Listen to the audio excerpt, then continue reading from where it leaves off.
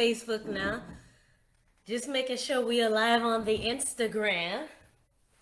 Oh, look what happened to my screen. All right, so hola, hola, hola, feliz domingo. So I'm adjusting. Y'all bear with me. You know this is a one-woman show here in this closet. All right, so yay, we are live on Facebook. We are now again. This is live TV, mi gente. So you might see me making some adjustments to get the best quality we possibly can. So I am hola, buenos dias. So we're gonna go ahead and hop right into it. Feliz domingo, feliz domingo. So I want to go ahead and clear some things up. I hadn't been live in a couple weeks because I really have been working on how do I continue live from the closet in a way that's really authentic. Like, how do I remain consistent, right? Because we know consistency is key when you're building up a brand and a following. But how do I do that? Provide quality content and really honor my schedule. So I have not 100% figured that out yet. So I apologize for being away for a couple weeks. The plan was to go live for Mardi Gras, but the internet was like, nah, son, with all those people there. I tried to go live and it was like, nope. So apologies for that, but let's go ahead and hop on into it.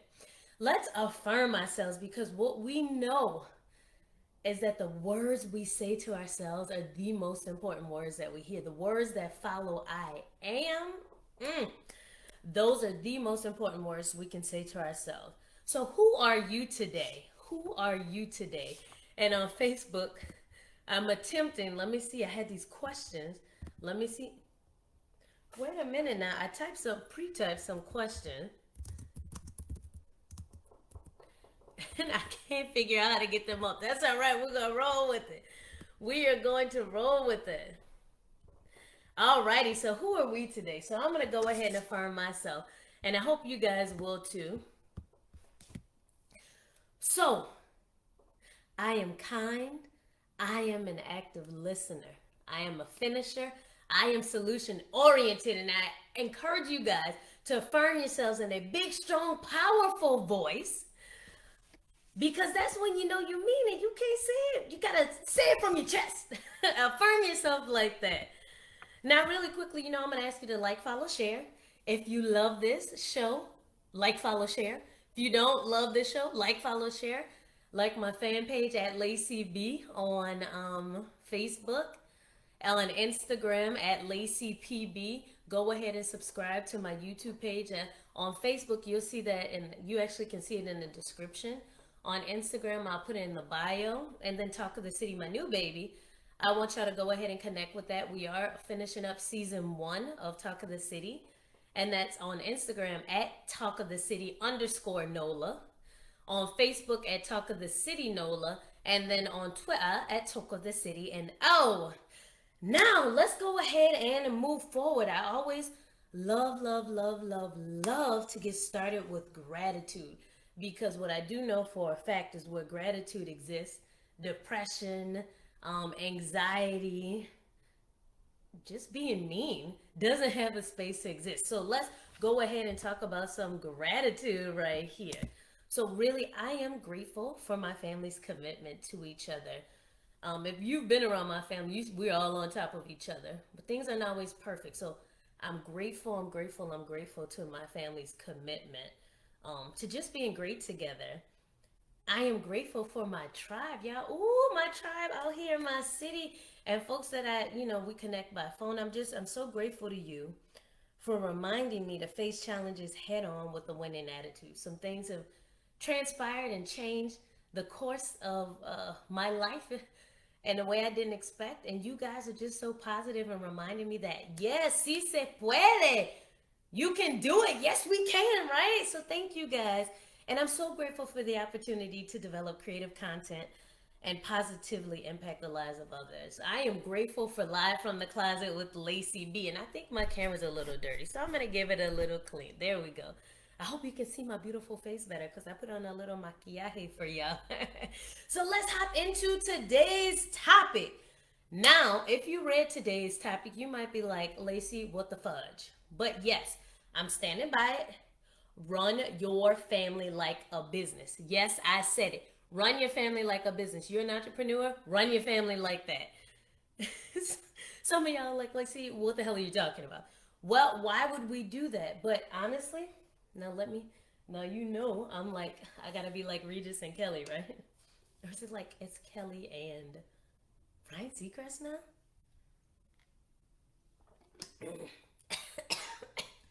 I'm joking. I went down the wrong way. I should have been talking and drinking.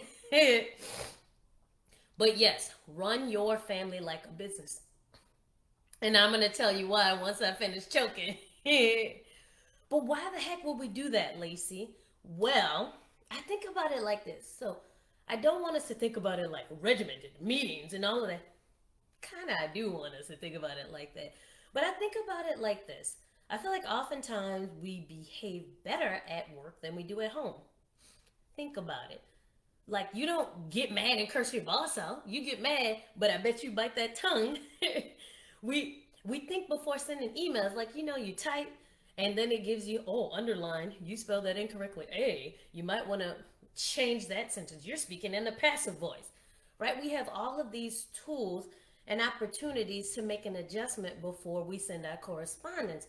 Even think about it. When supervisor, so a coworker has sent you a direct message or a text message, you might type it, delete it before you send it. I'm just challenging us to, what if, now hear me out, y'all. What if we were to take those same pauses and those same moments to think before we communicate with the people in our family? Like siblings, for example. What if, instead of getting mad and cursing each other out, you took that same pause you take with your boss? Or when your most annoying coworker texts you some nonsense and you have to read it and go, start typing because your first response is, bish. But then you go ahead and delete it because you have to be professional. And then you type something that's a lot more palatable. What if we took the same pause and the same time to interact with the people we love the same way? See, not so bad. Treat your family like a business. Run your family like a business. Now, this is something I worked in sales for a while and I really loved it and I was really good at it because what I found in sales is that you identify and use key phrases. Right? You might, right? Somebody tell you something, I completely understand. You've heard somebody in the sales department tell you that. I completely understand, right? All of our customers are just like you. They have busy schedules and they're able to fit this in. So let's see where we can fit it in for you. I'm just telling y'all. So what if we could identify and use some key phrases to communicate better with our family? So these are some that I'm thinking about, and then you guys tell me like if these make sense, okay? Tell me now if you're like, nah, Laci, don't rock with that. Tell me, okay? So here's what I'm thinking, because I'm really thinking of, okay, as a leader in my family, how can I be a better communicator? So this is my first phrase is, I'm feeling really frustrated right now. Can we pause this conversation until I can communicate better? Thank you. Because what I'm learning is that all conversations don't need to happen like right now in the moment. And if I can be the one to say, hey, I'm feeling really frustrated and letting the other person know how I'm feeling and requesting that time away, then I think that's really effective because we do it at work. Like at work, you might not always articulate it just like that, but you might say, "Hey, I'm gonna come back in 5. Hey, I need to take a walk. I'll be back in 5." Right? Especially when meetings get tough. Why don't we do that with our family? Why are we staying in the moment and being angry and shouting with our loved ones when we don't do this with strangers at work? I mean, they're not strangers, but we don't do it with coworkers. The stakes for me aren't as high with my coworkers as they are with my family. So then I think about, okay, here's another phrase. Now, y'all tell me about this one. Is this a key phrase? Would it work for you? So one of them is, I need to take a breath. Can we come back to this in like 5, 10 minutes? Thank you. Because what I found is that, see, if you work in sales, asking questions allows the other party to really have a say so on what's going on. It's not like, Nah, son, you blowing it. So I got up and walked out. No, it is, hey, I'm acknowledging that I can't communicate properly now. Can you please give me a little bit of space to fix this so I can be better for us? And then say thank you. Just say thank you. The power of saying thank you, thank you, thank you. I swear to God, y'all. Don't, if you don't believe me, try it. When you're asking, even if you're annoyed with the person, they're the one pissing you off and you have to take a walk. And you still say, hey, can I take a 5 here? I'm feeling frustrated. Hey, I need to take a breath. All right, thanks. I'll be back in 5. Cool. I just feel like that's just showing a lot of respect, but it's giving us the opportunity. I call it the Barack Obama pause because you know how you used to be like, well, and then start talking again. If we take that pause and take that moment to think, I think we'll express a lot more love to the people in our families. Now, why is Laci saying all of this? Why is she talking about running a family like a business? Because my goal in having conversations with you guys is to share real life stuff with y'all. Like, I'm not sharing stuff with y'all that's not actually happening in my life. So let's keep it moving. Now, this is one I'm working on because I've been bad at this. Never compare suffering, always show compassion. So, as you know, I work with youth. So, in the landmark forum world, we would say running a racket. In layman's term, let's just say what it is. It's where we have an idea, right? On all we already have this idea set up in our minds about the person we're speaking to. And so what ends up happening is as they start to manifest as we believe them to be. So let me give you an example because I don't want to get too far up here and y'all don't know what I'm talking about. So let's just think about it. I work with youth. So sometimes the thought is, oh, these kids are so entitled and so lazy. Oh, these kids are so spoiled, which to me equals weak, and y'all need to toughen up. Y'all talk so much, but you're so crybaby, just crybabies. And like real talk, that has been present in my mind, and it's something that I've got to correct and change and fix because real talk, it doesn't really honor. It doesn't honor the people that I'm dealing with, but also it doesn't help us to get where we need to go. So let's think about it like this. Let me give you an example, because again, I work with youth. And here's, oh, my head hurts. I can't do anything. And that's how I hear it initially when they express it. Miss B, my head hurts. And I'm like, my foot's swollen. Get to work. That's my first response, right? Your head hurts. I gained 50 pounds. And my foot's swollen. Get back to work. What I'm finding, though, is that's not the most compassionate way to respond. Especially if our common goal is for us all to be successful in this space. I've got to learn to show a little more compassion, a lot more compassion. Because again, my background is I come from a space, yes, their heads hurt and they just need to lie down. So I'm working on that. But let me give you some background. I came from a space, right? I was one of the few brown people in my school growing up. Um, I know we still see racism now, but at that time, it was a predominantly white school, one of the few brown girls. As you might notice, I am not an introvert. I am a loudmouth. I'm a very extroverted person, and that wasn't welcome. So I had to learn how to be tough to survive. So I love kids and I'm super nurturing and I'm kind and caring, right? But when I start talking about teenagers and grown folks, I'm just not that soft. I wasn't allowed to be. I would not have survived in a space where people were constantly looking for a reason to put me down and make me doubt myself. So now I'm in that transformational space. So let me tell you how I'm changing it up and see if that works for you guys. So for me, so now I'm replaying the situation. So here's my sweet kitty. Oh, Miss B, my head hurts. Now this is my new response. Hey, I'm sorry that you're not feeling well. So what's up? What normally helps you feel better? Whatever they say, it really doesn't matter. Well, okay, cool. Well, how about you? Now, if it's reasonable, take a minute, do that, and then come on back and finish up, and I'll check in with you shortly. Now, that shows a lot more compassion than, look at me. I'm 50 pounds heavier. Y'all know I don't look comfortable. Get to work. It shows a lot more compassion. So, what I'm working to do, not just with the youth and young people I work with, but the people in my family, is to show genuine concern, because I wouldn't be present. I wouldn't be in this space if I didn't love them. Show genuine concern, but it does give the expectation that, hey, we're going to get back to this task, because at the end of the day, we do have to get it done. Um, so I'm just saying this. Now, this is, let's full circle back to running it like a business. So think about this, right? You've worked with let's just say you've worked with, most of y'all have had a job before, right? So you might recognize that people who feel that their bosses or the company has genuine concern for them, typically they stick around with the company. They don't quit. They're loyal. They cause less conflict. They're more open and providing feedback. And that's genuinely what I want. So I've got to turn off that whole comparing suffering, because right, I can be like that. I'm one of those people, if my arm were chopped off and my foot were gone, I still be on here going live with you guys, because I'm not committed to it, because I was taught to bend but not break. And I can't be so hard on other folks.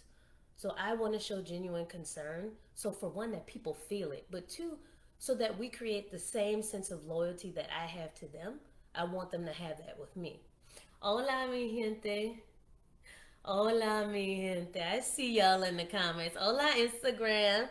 So let's keep it moving. So the next thing is control the narrative and live up to it.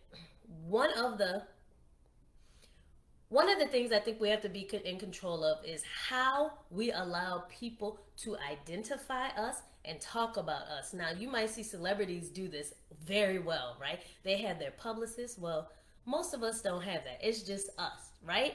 So when I say control the narrative and live up to it, don't allow others to define you. And then go and repeat that story to everybody else. And that goes for family too. Don't let family characterize you in such a way that's not true to who you are, and then spread that to everybody. And then that becomes who you are in people's eyes when it's not true, because sometimes saying nothing says something. So I came up with some steps for this. Now, y'all tell me if these steps make sense. So, the steps are, for one, state the current narrative, right? The narrative that someone else has created about you. Two, admit how it made you feel, because vulnerability is really important. Take ownership of our part in that narrative, and then provide a new narrative. So let me just give you an example, because you know I don't exist in the abstract. I need to give you some real world stuff. So, for example, now again, I am using stuff from my own life to have these conversations with you guys. So, let me give you an example of a current narrative. You say what you want, Laci, without care for how it makes others feel. Now, to me, that's 100% inaccurate. So, what I would do is admit how it made me feel. Hey, this is the narrative I'm experiencing right now, and that hurt me, because I honestly only speak up when there's someone or something that I really, really care about. And let's take some ownership there. Hey, in the past, I have been harsh with my words. I have offered my unsolicited opinion. People didn't want to hear what I said, and I said it, and I just, it was like, there it is, take it. So there's some ownership there, and honestly, I'm sorry if those actions in the past were hurtful. However, that's not who I am now, and it's not who I've been for a long time. Here's the new narrative. I love this family very much, and I'm committed to being, let's say, your mom, the best mom possible, the best sister, the best daughter possible. Um, how you guys think and feel matter a lot to me. And now you've just turned all of that around. So then you tell them, go run, tell that. I'm just playing. But right, you've been able to create a space where people now see you for who you have said you are, not who they have decided that you are. But again, so those are my steps. Try them out. Let me know how it works. If it doesn't work, be like, nah, Laci, that didn't work. One of these things I found to be most important, though, guys, is to model the behavior that we want to see in our family, right? Business, but in our family. Mm. See, that time I didn't choke.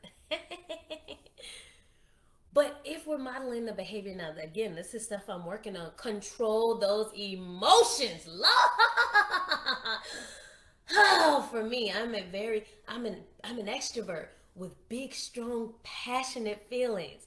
The energy I bring here is the energy I just have in life. So for me, controlling my emotions is real. It takes work. It takes serious effort. When I get excited, right? I want to share what I'm feeling. When I have an idea, I have the urge to talk, and I have to learn to. This is why I have all these notes because when I have the urge to talk, sometimes I have to learn just to quiet myself, jot it down. When I have excitement, I have to learn to take that breath and quiet myself down. Um, I tell y'all, it's like taking a pause before you go off on your children. Like, think about it. The principal calls home, Miss Broussard, your child was acting an arse today in school. And before you say, blah, blah, blah, blah, blah, what the, right? Take a pause. Now, here, I came up with some steps here. Again, I'm comparing this to a business. So this is really methodical because this is honestly how I think, y'all. So here are my steps. Now, this is imagining your kid got in trouble at school. Cool? So listen first, ask questions, and then respond. Ooh, don't go off on those kids immediately, even though you like, I know you did something to make the principal call me. But now let's use some examples. So try it out. Again, I worked in sales, so I have my key phrases I need to identify, my defaults. So okay, talk to the principal, get the principal's POV. Okay, cool. And then turn to your kid. Hey, what happened? Okay. Why do you think that happened? Full disclosure, I work with kids, teens. They might tell you some crazy stuff that you're like, oh, this is bull, right? But ask the question, hey, why do you think that happened? Okay. Do you feel good about the outcome? All right, so then what could you have done differently? Cool. Now this is it. This is a new one I'm trying. Okay, so what would you like me to do? And just listen. And once you have all of that information, then you can respond. Because for one, as the adults, I think it gives us an opportunity to chillax and but really allow those other people to feel heard. Now I think that method won't just work with kids, right? You might change your questioning around for other adults, but I think it gives us that opportunity to really display that we care and we hear them. And I think that's what people just want, right? They just want to be loved and to be heard. So the final piece to this, and we'll be getting out of here in just a second. The final piece to this is just as collaboration, right? Collaboration, collaboration, collaboration. This is what's really present for me. So as we collaborate in our businesses and in our families, I'm thinking goals and consequences, goals and consequences. So if you've worked with, I think kids are disciplined, right? This is something that you may have heard before, and this is what I've heard in my research and my studies. What I've learned is that the more people participate in creating the consequences, the less likely they are to engage in behaviors that cause them to have to receive a consequence. So I said, why have I not been implementing this in my life? So obviously, right? You heard that people, businesses that have a vision that gets people excited, has a bigger buy-in. So the more people have a say so in what they're doing and what they're going on, right? There's more of a buy-in even when consequences are implemented. So let me give you some examples now of some of the vision I have for my family. Because as you know, our team is expanding. So one of them is everyone in this family is successful. Every single one of us. Or here's another one. Everyone contributes to the upkeep of the home. It ain't just mom and daddy or aunt and uncle, grandma, grandpa, none of that. Everybody contributes. Um, oh, this is one I love. We speak kindly and respectfully to and of about one another. That's one of my favorites. So y'all, let me know what kind of vision, goals, objectives you guys have for your families, and work on it with each other. Don't just be the, how do you say in English? Bueno, in English, dictator, right? Because the more we collaborate and do it together, the the greater the outcome's going to be. The more buy-in we have, the less conflict we have. Heck, the less we have to say, get your ish together, because we all know that this is what we're working toward. And even consequences. So I've even have some details and thoughts about consequences that, for example, here's one. So if I fail to meet the family's expectation, I must acknowledge my fault and do what is required to make it right. I am huge on accountability, y'all. Huge on accountability. So we must understand that when we fail to meet the expectation, if we don't acknowledge that we've failed to do that, if there's no accountability there, then this doesn't work. But not only are we going to acknowledge it, we are going to do what is required to make it right. Now, that's real commitment to one another. So, here's some examples.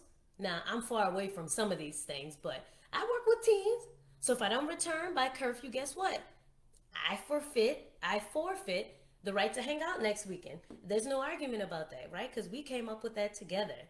If I don't perform to the best of my ability academically, then what am I forfeiting? Maybe I'm forfeiting free time because I need to go to tutoring. Or what if I'm careless with another family member's feelings? Okay, well, then I have to own it. Then I have to apologize, and then I have to do what is right and what is required by that person to make it right. And I think that's just full ownership. Hola, mi gente. Hola, ¿cómo están?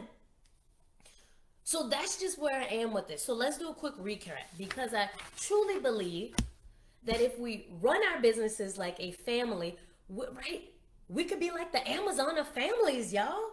Like where everybody's successful. We're like Jeff Bezos going to the moon and spaceships and all of that. What if our families had that same sort of commitment to success and love, success and community, that sort of, what am I saying, y'all?